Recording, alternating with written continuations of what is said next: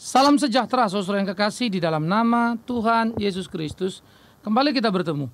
Nah saudaraku, kembali kita juga akan memikirkan dan melanjutkan isu-isu seputar Yesus Kristus. Nah sekarang kita akan memikirkan apa yang seringkali diungkapkan, dikatakan tentang Yesus, bahwa dia sebetulnya hanyalah seorang nabi yang kemudian dijadikan Tuhan, ya, di abad permulaan lewat konsili para bapak-bapak gereja. Bacaan kita masih tetap yang merupakan pengakuan Petrus ketika Petrus berkata di dalam Matius pasal 16 ayat yang ke-16. Maka jawab Simon Petrus, engkau adalah Mesias anak Allah yang hidup. Mesias anak Allah yang hidup sudah kita bicarakan sebelumnya. Nah sekarang kita akan mendiskusikan saudara sebetulnya apa yang dikatakan orang, apa yang dimaksud orang dengan mengatakan bahwa Yesus sesungguhnya nabi yang didaulat, yang dijadikan Tuhan oleh para bapak-bapak gereja atau tokoh-tokoh gereja ataupun ikut campur daripada kekuatan politik atau kaisar. Saudara, kisah ini perlu dipahami dengan utuh. Ya, yang dimaksud itu adalah konsili Nisea pada tahun 325. Nah, konsili Nisea pada 325 itu terus berjalan dan bergulir untuk menghasilkan sebuah keputusan. Nah, konsili yang dihadiri oleh 220 uskup ini atau para bapak-bapak gereja ini, ya, ini kemudian yang dikatakan merupakan pendaulatan, penetapan Yesus sebagai Tuhan. Karena memang konsili ini segera mengutuk, ya, Arius dan menyusun pengakuan iman anti Arius. Ada apa dengan Arius? Nah, begini ceritanya, saudara. Jadi sesudah Alkitab itu ada bergerak, gereja mula-mula kan sempat bingung, siapa sebetulnya Yesus ini? Dalam pengertian sama seperti kita baca Alkitab. Kita bilang manusia, ya iya juga. Kita bilang Allah, lah kok iya juga. Tentu mengalami kebingungan gereja mula-mula. Karena apa? Karena rasul sudah tidak ada lagi sebagai the first source, sumber pertama. Jadi Yesus kepada rasul, rasul habis, generasi, kan begitu. Jadi sesudah berapa generasi muncul generasi muda dari gereja ini mengalami kebingungan merumuskan Yesus. Pada waktu itu ada seorang yang bernama Origens yang mengatakan Allah itu bertingkat. Jadi Allah Bapa lebih tinggi dari Allah Anak dan seterusnya. Lalu dia juga menggambarkan Yesus itu sebagai setengah Allah dan setengah manusia. Nah, Arius kemudian protes dan bertanya, kalau Allah apa Yesus itu setengah Allah pasti bukan Allah. Kalau setengah manusia pasti bukan manusia. Maka Arius memandang Yesus itu sebagai murni manusia, artinya manusia sejati. Nah, disitulah kemudian muncul perlawanan, ya, bagaimana seorang tokoh yang bernama Athanasius juga menggugat Arius lalu berkata, kalau memang Yesus itu hanya manusia, buat apa kita percaya kalau dia bukan Allah? Nah, perdebatan ini tentu menjadi cukup luas, cukup lebar, cukup panjang, kan begitu. Nah, inilah kemudian yang menjadi tuduhan-tuduhan yang mau mengatakan bahwa apa yang dikatakan oleh gereja sebagai penetapan ketuhanan itu yang menjadi salah. Ya. Nah, oleh karena itu saudara, pada tahun 325 dijadikanlah satu konsili. Berkumpullah bapak-bapak gereja lalu kemudian merumuskan. Apa yang mereka rumuskan? Bahwa Yesus itu memang Tuhan. Nah, kalau memang Yesus itu adalah Tuhan, maka itu dianggap jadi Yesus itu dijadikan Tuhan. Padahal sekali lagi, sebenarnya sekali lagi mestinya dipahami betul. Tahun 325 konsili Nisea pada waktu memberikan ketetapan Yesus betul Tuhan, itu adalah dalam koreksi terhadap pendapat Arius yang mengatakan Yesus hanya manusia. Karena Arius dianggap salah, mengingat Alkitab nggak bicara begitu, gitu loh. Alkitab bicara dia Tuhan. Jadi jauh sebelum konsili Nisea, jauh sebelum Arius, Alkitab sudah ada. Dan Alkitab itu sudah ditemukan di abad-abad awal, di tahun-tahun 100-an. Ya, di Dake, kitab-kitab pengajaran ada. Sudah ada di sana cerita tentang Yesus yang Tuhan itu. Jadi jauh sebelum konsili Nisea ini. Jauh sebelum Arius ini. Dan ingat, Arius waktu memahami ini tidak bisa memahami, dia tidak bisa terima. Maka dia protes. Tapi protesnya dibawa ke konsili. Akhirnya ternyata dia salah, tidak kuat argumentasinya. Itu loh. Sehingga konsili Nisea bukanlah konsili menobatkan. Konsili Nisea bukanlah konsili memposisikan Yesus sebagai Tuhan. Nah, ini kesalahpahaman yang ironis. Di satu pihak, saudara yang kekasih, banyak orang mau berbicara, kita harus melihat fakta sejarah. Tapi herannya, mereka sendiri sebetulnya tidak melihat fakta sejarah kecuali fakta spekulatif. Jadi fakta dalam tanda petik hasil sebuah pemikiran spekulatif. Artinya fakta yang diciptakan. Artinya lagi, fakta yang bukan fakta. Nah, kalau begini, di mana kesalahannya? Kalau begini, bagaimana mau mengatakan Yesus bukan Tuhan? Nah, oleh karena itu seharusnya ada satu kejujuran di dalam hati setiap orang percaya untuk mengerti dengan utuh, memegang dengan kuat bahwa sungguh Yesus adalah Tuhan. Bahwa setiap orang percaya harusnya hidup bergaul akrab dengan Tuhan, melakukan apa yang menjadi kehendak Tuhan, berjalan pada jalan Tuhan. Sehingga mereka tidak terperangkap, tidak terjebak pada sekat-sekat yang salah, yang menjebak, yang menghancurkan, yang membunuh seluruh struktur kehidupan dan kebenaran. Jadi, sekali lagi, Konsili Nisea itu ada nggak? Ada, tahun 325. Betul nggak Yesus dinobatkan? Salah. Tapi betul, konsili itu menegaskan ulang. Betul, Yesus adalah Tuhan. Mengapa? Karena merupakan koreksi terhadap pendapat Arius yang salah. Mengapa Arius salah? Karena pendapat Arius tidak sesuai dengan Alkitab yang sudah ada jauh sebelum Arius ada, jauh sebelum Konsili Nisea ada. Apa itu? Kembali lagi kepada pengakuan yang seperti sudah kita bicarakan sebelumnya. Pada waktu Yesus masih hidup saja, sudah ada beberapa pendapat tentang dia. Ada yang berkata, dia Yohanes Pembaptis yang bangkit kembali. Ada yang berkata, dia Elia. Ada yang berkata, dia Yeremia. Dan ada yang berkata, dia salah satu dari nabi, kemungkinan paling besar yang dimaksud Nabi Musa. Itu pendapat orang. Lalu Yesus bertanya, menurut kalian siapa aku? Petrus mewakili para murid, sekaligus mewakili gereja, sekaligus menyatakan kredo atau pengakuan iman gereja yang pertama. Engkau adalah Mesias, anak Allah. Itu Yesus masih hidup, belum mati.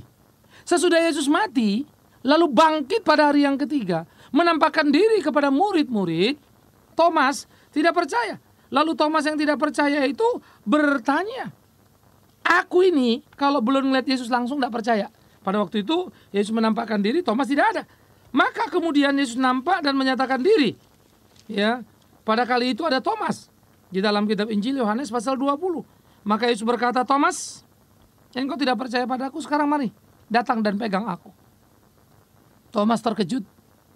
Langsung dia mengucap kata, ya Tuhanku, ya Allahku. Pengakuannya lebih hebat lagi. Kurios, theos. Kurios itu dalam padanan Inggris Lord.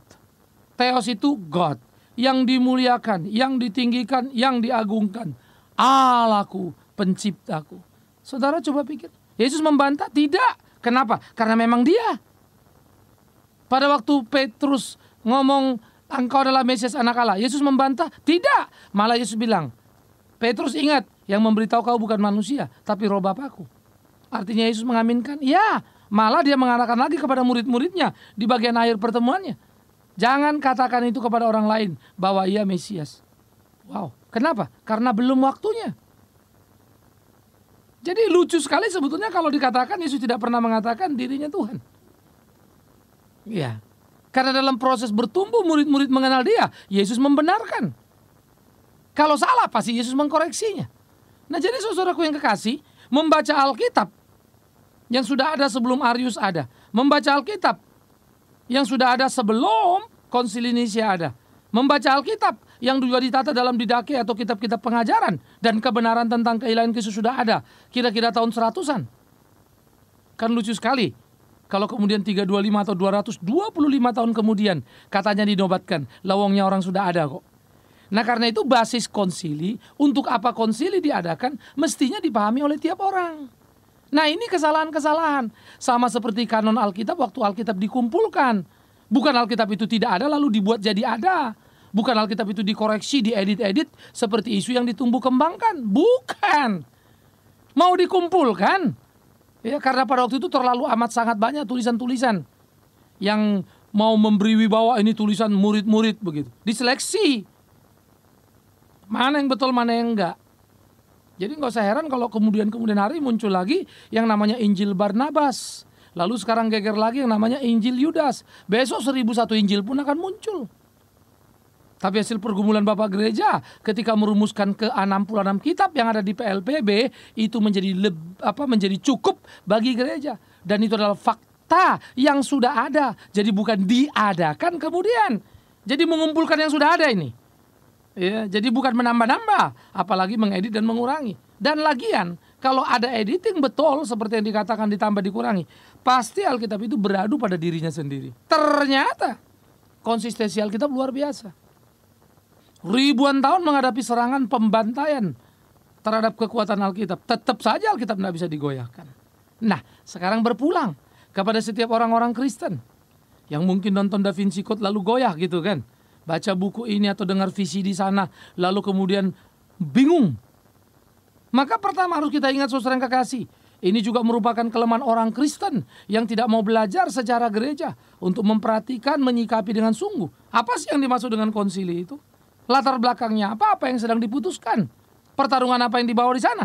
Dan keputusan itu keputusan merupakan baru atau penegasan ulang? Kan begitu. Nah, jadi kalau kita tahu konsili Nicea adalah penegasan ulang keilahian Yesus, itu bukan penobatan Yesus sebagai Tuhan. Nah, pemelintiran seperti ini tentu sangat menyedihkan. Maka yang mengatakan sejarah mengatakan seperti itu, ternyata dia sendiri tidak belajar dari sejarah, tapi memelintir sejarah menurut selera dan tafsir diri. Nah, kalau sudah sejarah ditafsir lagi, jadi repot kita urusannya. Iya kan?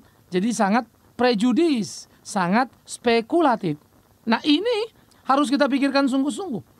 Sehingga bagaimana memahami kebenaran yang utuh harus menjadi sebuah pemahaman yang sungguh. Sehingga di dalamnya pergumulan-pergumulan kehidupan itu kita bisa jalani seperti apa yang Tuhan mau, yang Tuhan kehendaki. Sehingga sungguh menjadi kepujian kemuliaan bagi nama Tuhan kita. Nah, jadi saudaraku yang kekasih, bagian-bagian seperti ini harus jadi bagian-bagian pergumulan yang absolutely hidup dalam setiap hati orang percaya untuk memahami kebenaran dengan utuh, untuk melihat jadi Yesus adalah Tuhan ketika dia masih hidup pun sebelum mengalami kematian itu sudah dikatakan. Sesudah kematian dia bangkit pun lagi dikatakan oleh Thomas.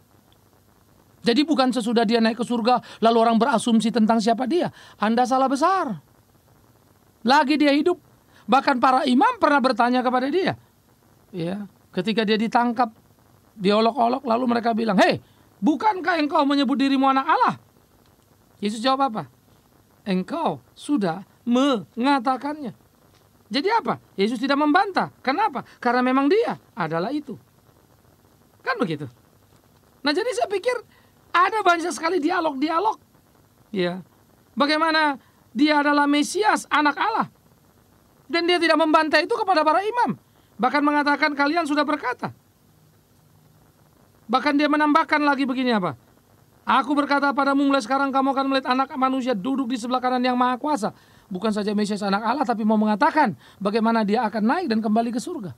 Maka mengamuklah para imam. Waktu dia disalibkan orang meledek, katanya anak Allah, ayo turun. Dari mana mereka tahu itu? Dari mulut Yesus. Karena Yesus mengkonfirmasinya. Jadi dia belum mati, waktu dia disalib di kematian, dan waktu dia bangkit dari kematian, semua tampak jelas sekali benang merahnya. Tidak ada yang kabur. Nah, tetapi kalau kemudian orang hanya belajar sensasi, konsili, tidak baca Alkitab secara utuh, ya memang jadi repot toh ya. Kalau potongan-potongan diambil ya urusannya memang jadi ribet. Ya. Karena kalau saudara cuma mengambil sepotong dari sebuah kesatuan kan bisa gawat. Misalnya ada satu kalimat. Ya. Kemudian pria itu mencium wanita itu. Lalu selesai. Padahal kalau saudara baca dari awal misalnya ceritanya adalah begini. Ya, pria itu dan wanita itu adalah dua orang sahabat. Tetapi kemudian si pria itu salah paham tentang si wanita sehingga kemudian terjadilah pertikaian antara mereka, mereka ribut. Di keributan itu si wanita pergi lalu tertabrak dan mati. Ketika si pria mengetahui sangat menyesallah hatinya. Ia tak bisa mengungkapkan penyesalannya. Maka ia mencium kening perempuan itu sebagai tanda penyesalan. Lah kalau kemudian mencium kening tadi kita baca itu toh, ya terjemahnya bisa macam-macam kan. Padahal yang dicium sudah mati. Loh kok bisa gitu Pak? Karena gak dibaca semua. Nah makanya orang Kristen juga mesti belajar. Baca Alkitab jangan sepotong-sepotong yang suka-sukanya doang. Komplit, lengkap semuanya. Supaya kita dapat paham yang utuh. Bahaya sekali membaca Alkitab sepotong-sepotong. Mintalah akan diberikan, ketuklah pintu dibukakan, carilah akan menemukan. Apa betul minta pasti dikasih? Saya katakan tidak tentu. Lah kalau kau minta begini, Tuhan aku kerjaku adalah pencopet, hari ini aku mau mencopet, aku berdoa padamu, jaga dan lindungilah aku supaya terhindar dari polisi dan amuk massa.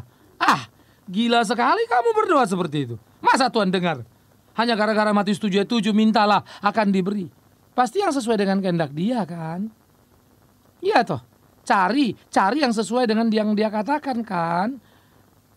Itu maksudnya. Jadi nggak sembarang, ada prasyarat di sana. Tapi kalau baca sepotong sepertinya nggak ada syarat, apa aja oke. Nanti dulu dong. Nah jadi di situ akhirnya kita punya pemahaman salah karena hobi mencomot-comot. Dan celakanya karena hobi comot-comot sehingga kita tidak mengerti secara komprehensif, secara utuh sampai keilahian Kristus pun. Ketika datang goncangan-goncangan dari orang yang tidak percaya, kita ikut goncang semuanya. Kita menjadi salah, saudaraku. Oleh karena itu ya, kesalahan-kesalahan seperti ini harus diperbaiki di dalam kehidupan kita. Supaya kita tidak terjebak, lalu akhirnya berputar-putar. Dan tidak bisa keluar dari perangkap itu. Yang mengakibatkan kita sungguh-sungguh tidak lagi hidup seperti yang Tuhan mau. Sehingga membuat kita terjebak pada perangkap yang menyedihkan. Nah ini perlu untuk kita pikirkan bersama-sama. Ini perlu untuk kita tumbuh kembangkan. Ini perlu untuk menjadi kekuatan pengharapan kita. Sehingga kita boleh hidup memuliakan nama Tuhan kita. Nah saudaraku yang kekasih, disitulah sebetulnya pemahaman orang Kristen perlu ditumbuh kembangkan, perlu dibangun untuk mengerti secara utuh. Sehingga tidak mudah diombang-ambingkan, tidak mudah digonjang-ganjingkan. Betapa salahnya ketika orang berkata, Yesus yang adalah tadinya cuma nabi, sekarang ditetapkan jadi Tuhan lewat sebuah konsili yang disebut konsili Nisea. Tragis sekali. Tragis sekali, menyedihkan sekali. Sama sekali dia tidak mengerti kenapa itu terjadi. Pelajari latar belakangnya dulu. Jadi itu perdebatan dari beberapa tokoh gereja. Ada yang bilang dia cuma manusia bukan Tuhan kan begitu. Ada yang bilang dia cuma separuh-separuh. Nah itu yang dibawa konsili. Tapi satu orang, Athanasius, langsung dengan tegas berkata, dia Allah sejati, dia manusia sejati. Dan itu yang diputuskan dalam konsili. Tetapi, dan sekali lagi tetapi, keputusan itu berdasarkan Alkitab. Gitu loh. Keputusan itu sekali lagi berdasarkan Alkitab. Lah, kalau berdasarkan Alkitab yang sudah ada, kenapa orang salah paham, Pak? Jangankan dulu yang masih miskin info, sekarang saja pun kita ada Alkitab banyak salah paham kok. Iya kan? Karena masing-masing orang mau coba menafsir dengan prasoposisi yang ada di otaknya. Bagi Arius dia cuma manusia tok. Padahal Alkitab tidak bilang begitu. Bagi Origenes dia setengah Allah setengah manusia. Padahal Alkitab juga tidak bilang begitu. Sehingga Athanasius melihat Alkitab. Alkitab bilang dia manusia betul, tapi dia Allah juga betul. Jangan lupa, dia dikandung dilahirkan dari seorang perawan Maria. Itu sebab ia tidak terhisap pada dosa turunan. Ya. Agama besar di dunia, agama samawi, 2 dari 3 agama mengakui bahwa Yesus lahir dari perawan Maria. Di mana logikanya perawan melahirkan? Bagaimana masuk akal? Kalau Tuhan mau berkarya, siapa yang bisa nahan ya? Apa anehnya sih? Tuhan kok. Nah itu sebab di dalam kerelaan Tuhan menjadi manusia, itu kan biasa saja. Yang gila itu adalah kalau manusia mau jadi Tuhan. Tapi waktu Tuhan mau jadi manusia, biasa dalam arti kata gampang buat dia, tetapi mengherankan kok dia mau. Nah itu cinta kasih. Jadi memang dunia goncang menerima kenyataan besar. Karena sorga turun ke bumi ya udah pastilah. Yang ajaib itu ada di tengah-tengah yang biasa-biasa. Yang hebat itu ada di tengah-tengah yang tidak hebat. Ya jelas kita-kita ini goncang. Jelas kita-kita ini bergumul. Apa ini? Tapi seharusnya kita pahami, tidak serta-merta kita bisa mengatakan ini tidak betul, itu salah. Mana bisa. Jadi kembali saudaraku yang kekasih, memahami pergumulan yang utuh, Allah yang menyatakan diri, sampai kapanpun, sampai dia datang yang kedua kali, tetap gonjang-ganjing ini akan ada. Akan muncul 1000 Da Vinci Code versi lain lah. Akan muncul berbagai hal-hal yang dari masuk akal sampai tidak masuk akal. Dari yang agak menyerempet sejarah sampai yang spekulatif. Tapi bagi saya itu biasa saja, toh Alkitab sudah bilang kok. Makin dekat kedatangannya makin banyak penyesat. Maka saya akan mengatakan, siapa bilang Yesus Kristus adalah Tuhan dan penyesatan. Itu kesaksian dia kok. Kecuali Anda mau mengatakan, saudara mau mengatakan, memang Yesus adalah penyesat. Itu lain lagi judulnya. Silakan. Tapi jangan bilang gereja menyesatkan. Karena Yesus tidak memerlukan pengakuan gereja. Tapi gereja harus mengaku dalam pernyataan dan penyataan Yesus Kristus. Jadi Yesus itu pusat intinya. Gereja mana bisa bikin apa? Bilang dia benar atau bilang dia salah? Tidak bisa, tidak ada hak. Yesus akan mengatakan apa yang harus dia katakan. Dan itu yang diimani gereja. Jadi kembali lagi, konsili Nisea ada? Iya, tahun 325. Tapi konsili itu merupakan perembukan terhadap berbagai pendapat untuk mengambil sebuah keputusan. Dan keputusan itu kembali kepada Alkitab yang sudah ada sejak abad mula-mula. Sehingga dalam kumpulan kitab pengajaran seperti di Dake di tahun 100 itu sudah ada. Atau tepatnya 225 tahun sebelum konsili Nisea ada, sebelum Arius lahir, sebelum yang berkonsili itu lahir semuanya. Belum pada lahir itu. Itu sebab di dalam kelahiran kemudian mereka tentu makin hari makin berpikir, berdebat. Nah wajar kalau muncul pertanyaan. Sekali lagi, karena kita zaman sekarang pun masih tanya-tanya. Ya kan? Nah jadi saudara-saudara, biar ini terus membuat kita makin mengerti isu-isu di seputar Yesus. Ternyata makin hari makin membuat kita mengerti kebenaran yang sejati. Selamat menemukannya, Tuhan memberkati. Amin. Mari kita berdoa. Kami bersyukur, kami berterima kasih kepada Tuhan yang sudah memberkati kami di tengah-tengah kehidupan kami. Kami berdoa supaya Tuhan menolong memimpin kami untuk terus berjalan pada jalan Tuhan, melakukan apa yang menjadi kehendak Tuhan, sehingga di dalamnya sungguh nama Tuhan dipermuliakan. Terima kasih Bapa di dalam surga.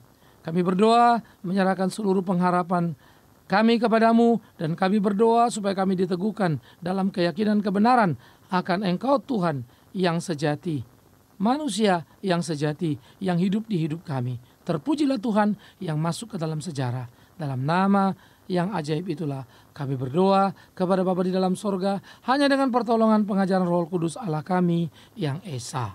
Amin.